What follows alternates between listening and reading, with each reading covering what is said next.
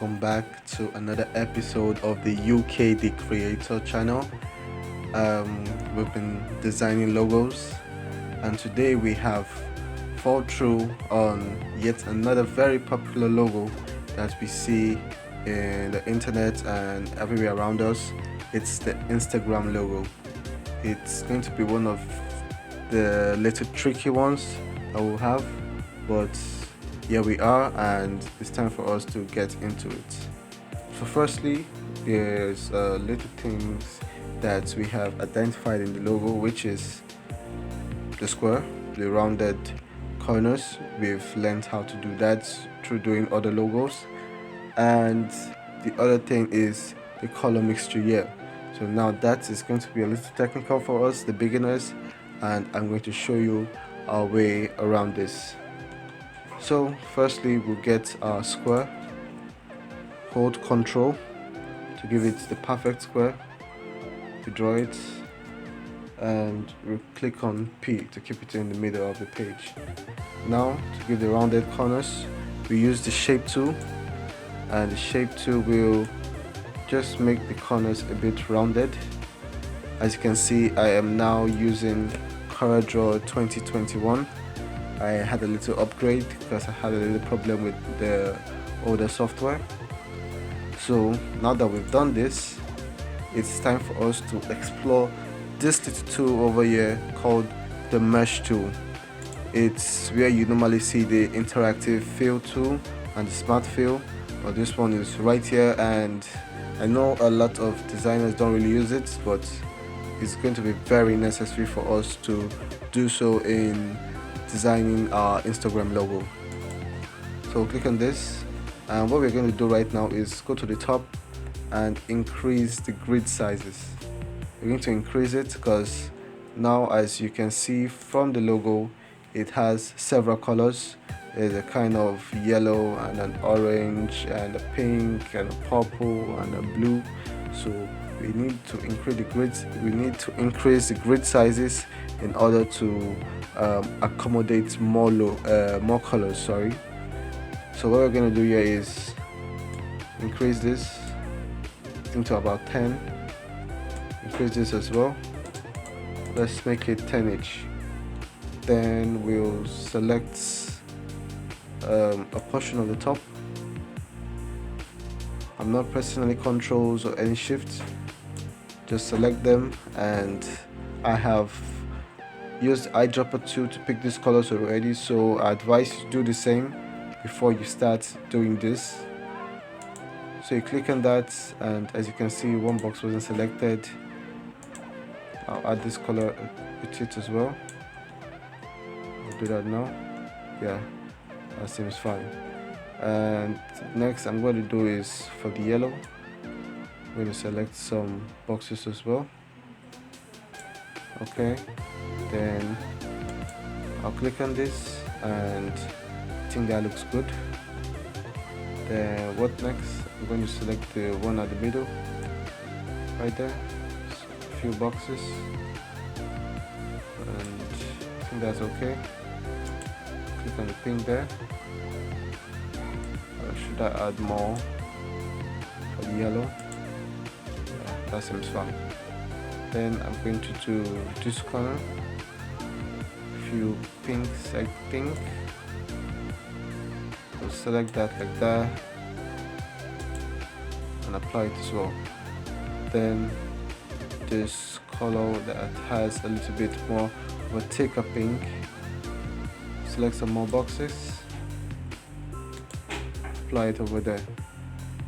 I think there's an orange at this corner, so let's do that as well. Select a few boxes and apply that there. Then the top has some purple, and select a few boxes as well, and let's apply the purple. So what we've done now is that we have gotten a mix for all the colors right there. So what we're going to do now is reduce the grid sizes down. So as you see, it's just trying to create a blend for all of them. Can you see this down? just making it have a kind of blend for all the colors to come in right there, but I'm going to increase it a little bit because I don't want everything to blend in such a way. I want the colors to show a bit more. I'm going to increase it, both of them, to the 10 places, and that should be okay for us. So the next thing we're going to do is take off the outline for this shape. Alright, clicking this and removing our outline there. And now the next step is applying the squares inside and the circle and this little dot at the top of the second square inside. So what we do is go to our rectangle tool and draw our shapes. We'll draw a little square there and click on P to apply it. It looks a little bit smaller, but I'll just increase it a little bit. We'll make our outline white. Set outline color, yeah. It's a little bit different on 2021, but we can make use of this. Then we increase the weight of this outline. 4 is a little bit small, we'll make it 16. Let's just add a little bit more. 24. Okay, let's test this out if it's going to be okay for us. Let's make that a little bit more curve. Okay, I think that's good enough for us. Looks good enough for us. So what we'll do is add more curve to this shape. Oh no, I'd rather not curve that shape. Instead we'll increase this one a little bit by holding our shift and increasing the shape. Next step is to apply the circle inside. Click on our circle and we hold the control to have a perfect circle right there. Then we'll click on P to keep it right in the middle.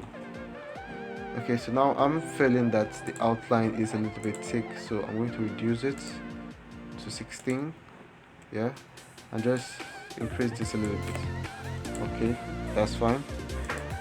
Make that white as well and increase the outline to 16. There, it's much better. So for the little dots, I'm going to reduce this and take off the outline right there and make it white. So I just drag this and put here. Okay, it's a little bit bigger. And reduce this. Okay, so I think that's much better. So right here on the two logos, the colors are a little bit different, but that depends on you. It depends how you use the mesh tool to make them thicker or lighter, or your combination. It's all on you, but in this one we've made it a little bit more faint, and I feel like I should make these outlines a little bit thicker. I don't know why, but they look a little bit off to me. Let's make it 20 right there. Yeah, and that should be better. So the next thing is the Instagram writing over here. So now I checked my font and I saw that the closest font to this Instagram is Billabong. If you don't have it, you can just go online and search and download a lot of good fonts, and the Billabong fonts will be among it. Billabong regular right there, yeah, it's the closest font to what we have on the Instagram. It's a little bit different, you know, the S and the R and others. That's the closest we can find for now. I didn't have that much time, so you can just apply it, and just like that you have gotten your logo. So the most important thing for you to do is the mesh tool. You should be able to apply your grid sizes the way you want it to be, how thick you want the colors to be, and everything is going to, if you can really use that, it's going to help you in making really good logos in really good color combinations as well. It's really going to help you and produce really good designs. So leave a like on the video, subscribe, and we'll be dropping more videos on logos. I would really want to end the logo chapter on time so we can enter more advanced graphics designs. I really want us to go far in this channel for us to really discover our skills and do more. So have a nice day, thanks, and I'll see you in the next video.